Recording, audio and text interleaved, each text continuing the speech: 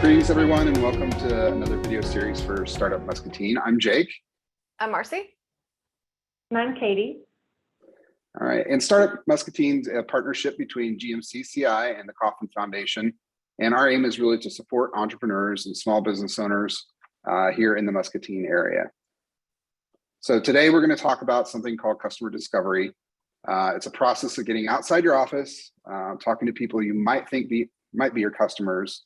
And in talking to them, we're asking them questions to testing our assumptions about what they want, and most importantly, how much they'll pay for your product or your service.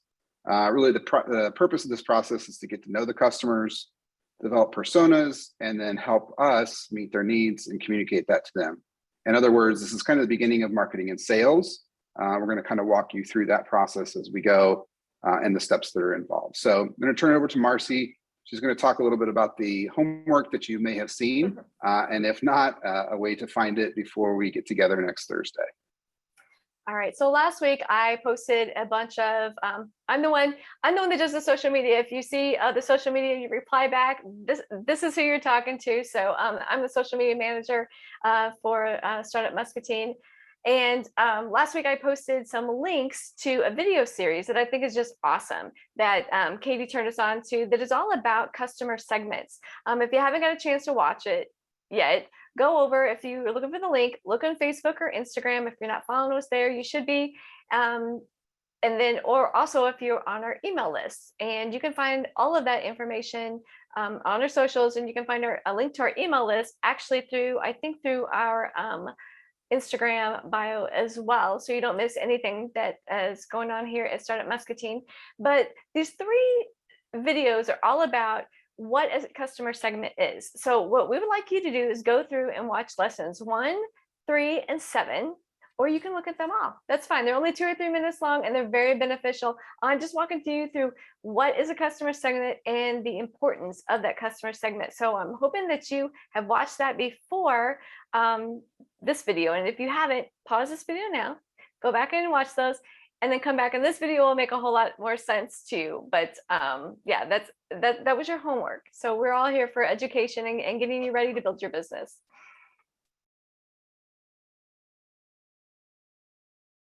All right, so welcome back, everyone. If you had to hit pause and go watch the videos, if you kept watching, great. We're going to dive a little deeper into what Steve Blank went over in customer discovery. Here on screen is a template of what is called the business model canvas. That is an organic template, a document that is meant to grow with you and help you test your hypothesis about your business. And it's used in strategizing as we build towards building out the business plan. You can find templates for the business model canvas that are fillable online. Simply Google business model canvas and you'll get a bunch of examples. Also, one I really like to use is actually in Canva. You can look for a business model canvas template there, and you can use different colors and bring in your branding so that it just looks a little bit more professional. Either way, it doesn't matter what tool you use. You can just start sketching on a piece of paper or on a notepad. But let's go ahead and dig in. Our video today, what we want to work with you on is filling out the customer segment box.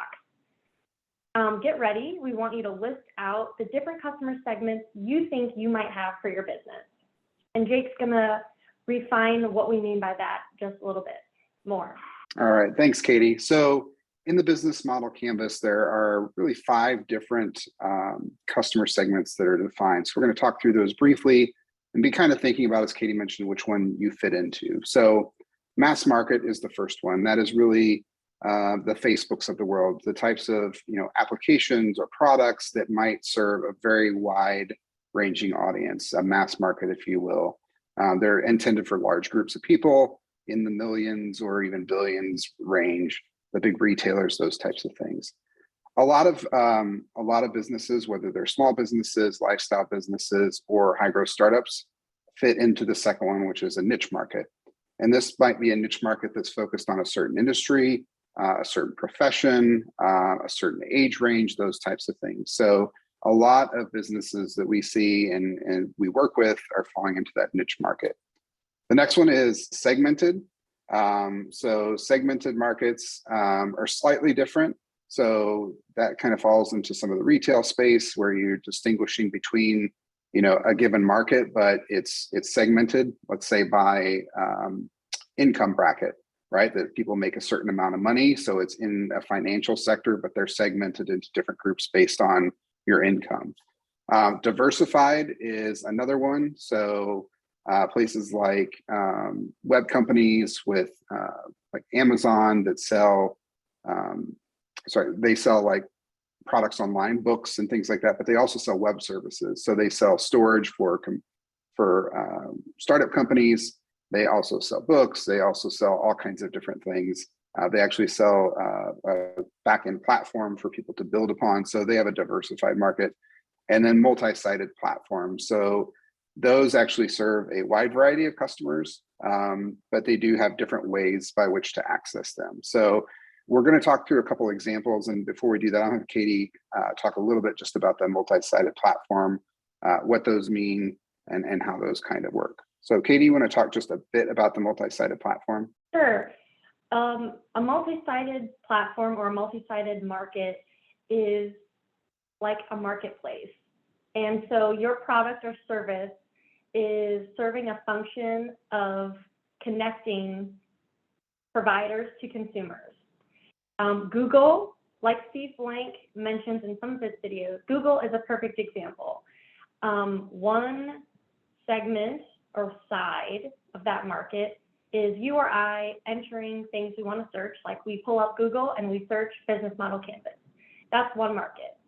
The other side of that market is, of course, how Google makes its revenue through marketing and ads. So Google needs to appeal to both of those sides of the market. They need to appeal to companies that want to post their ads, and they need to have tools to meet their pains or to provide them value, giving them gains. Same thing with the consumers. Multi-sided market, there's a B2B, business to business component, and a B2C, business to consumer component. Thanks, Katie. So now we're going to talk through two examples of customer segments and give you a little bit of an understanding, a deeper understanding of what they might look like in a practical use case. So we'll let Marcy go first and her example, and then Katie can go after that. All right. My example is about a florist. We have worked with a florist before who came to us, and when we asked her, what do you sell? And she said, flowers. And I said, well, who's your ideal customer? Well, everybody. Who doesn't like flowers? Well, that was the problem right there. She was worried that because her business wasn't really growing the way she wanted it to. So because she was selling to everyone, and not everyone wants your product. If you sell to everyone, you sell to no one. That's the importance of the customer discovery. So when we ask her more about, well, what kind of flowers? What's your passion? What do you really like? It came down to she was really good at wedding flowers and special event flowers. So she says, that's what I like to do most. I sell everything, but I really like those. So we're like, well, why don't you figure out if your customers, if there are enough customers, and if you can make a business basically off either wedding or special event flowers. So she went through the customer discovery process of talking with customers that she had in the past on both sides, and asked them questions like we're going to talk about here in a little bit, and figured out from that customer discovery which customer segment she could work with the best, and it would make her the most money, and it would grow her business. So a second example, just to start you thinking, is let's think about a company that coming out of the COVID era, we as a community are more conscientious about hygiene, about cleanliness, about safety. So let's imagine a company that wants to sell disposable seat covers. And the initial applications that this business owner thought of were either movie theaters or nail salons, places with high traffic, places where individuals go, they sit down, they're in position for a while, and then they leave. So as we think about that, we can think of a couple different possible customer segments for this business. We have movie theater goers as individuals. We have nail salon guests as individuals. But then we could also think about this from a B2B perspective. So a customer segment could be movie theater managers, if we want the movie theater to buy these seat covers in bulk on behalf of the moviegoers. Similarly, nail salon owners, so that they can offer the cover as a value add to their clients. So we have 4 customer segments, 4 different people we could sell to. Each of those 4, in order to be successful, would have completely different marketing tactics, marketing messages, and ultimately sales funnels. So sit back, reflect on your business, and think of all the different types of people you could sell to. Don't say everyone. Break them down specifically in the types of categories that Jake suggested. And we're going to start digging in to help you approach them and analyze them and test your hypothesis one by one. Now we're going to walk you through how to do your customer discovery. So this is just talking to your customers. Now, the most important thing to remember is, and when you're talking to people, these are maybe potential customers, these are maybe past customers you've had. Remember, you are not selling to them. You are simply asking them, hey, I'm doing some market research. Can you help me? Can you answer some questions for me? Make sure that they know that they're going to be, disarm them from the beginning, and that they feel comfortable and they just think they're helping you in your business, right? So I want you to pick one customer segment from your list. So you made your list of your potential customer segments. I want you to pick one. And then I want you to make a list of who those people are that you can talk to. And then I want you to go ask these questions based on these different prompts. Okay, so these are the types of questions that we would like you to ask. Obviously, adjust them or adapt them based on your particular business. But the first prompt is a question that we want you to ask that will help you learn about your competition. Part of customer discovery is understanding the market space. So you're going to find out if they're already using a product, or if they're not, what is the unmet need, what is the pain, or what is a value or a gain that you can give them. The first prompt is, what do you currently do, or what do you currently use for, and insert your product or service purpose. The second prompt is, how did you learn about that product or service? This question's purpose is to figure out where this customer segment gets their information. Did they learn about it because they listened to the radio? Did they learn about it because they watched the shopping network? Did they learn about it because it was on a Facebook ad? You need to know how this customer segment gets information so that you can do marketing in that channel. The third prompt is, how do you typically obtain that product or service? This tells you the sales channel that they use. Do they buy online? Do they buy in a store? Do they buy via a subscription, or do they prefer a one-off purchase and that they renew at their own volition? Fourth prompt, why do you like that product or service? And as a follow-up, is there anything you don't like about it? Don't ask these questions in a row. Give them time to answer both.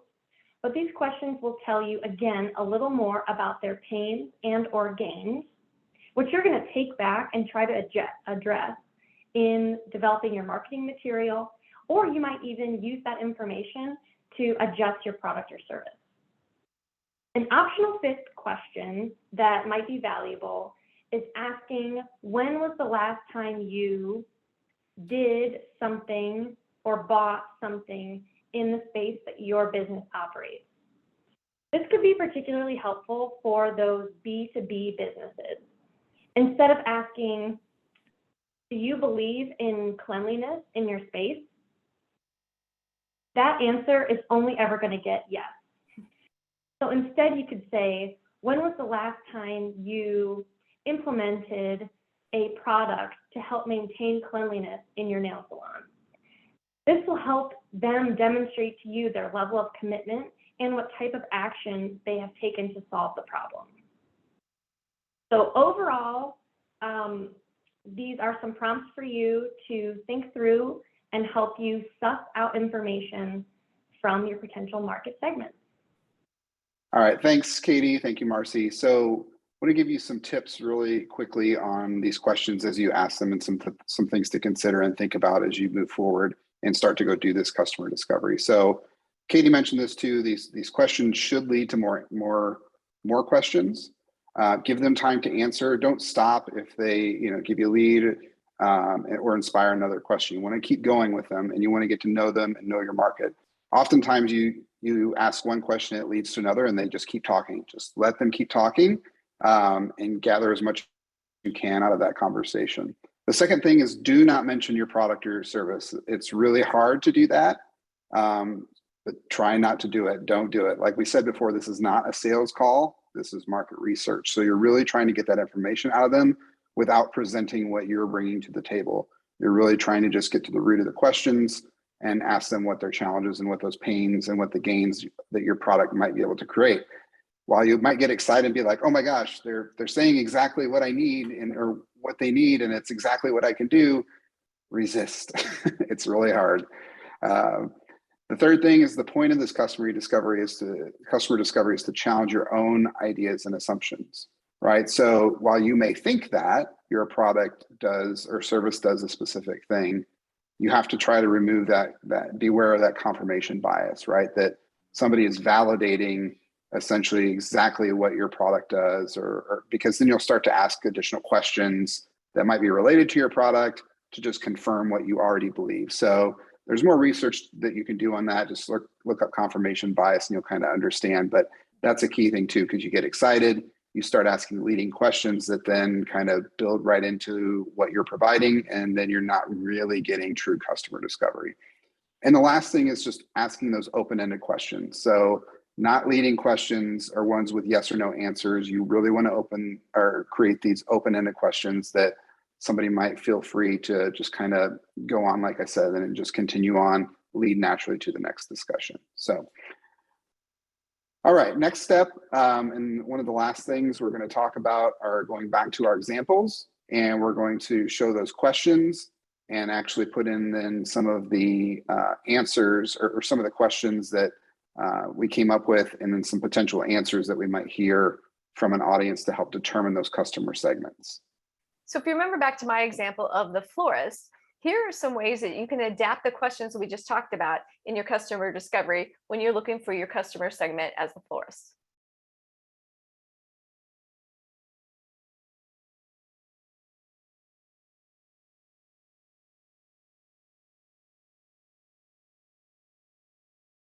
Okay, this next slide is for the example of the company with the disposable seat covers. Remember, we had 4 possible customer segments that we talked about. The examples we're going to show on the screen here are if I decided to really dive into the movie theater manager B2B customer segment.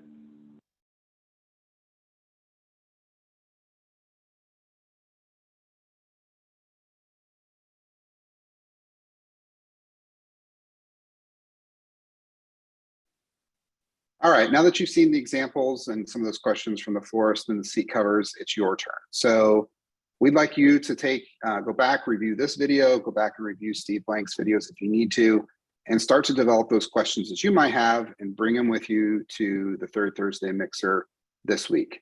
You'll have a chance to get feedback on those questions, make sure you're avoiding that confirmation bias we talked about, and get some new perspectives before you go out and start asking. That's really the goal of what we're trying to do with Startup Muscatine, bring people together, be able to have a safe space with fellow entrepreneurs where you can actually ask these questions in a kind of a non-threatening environment. You're in the room with like-minded people, and be able to test this stuff out before you go out into the real world and get some feedback from your peers. So we hope to see you this Thursday. Stay tuned on social media this week as we make the announcement about the timing and the place for the Third Thursday Mixer.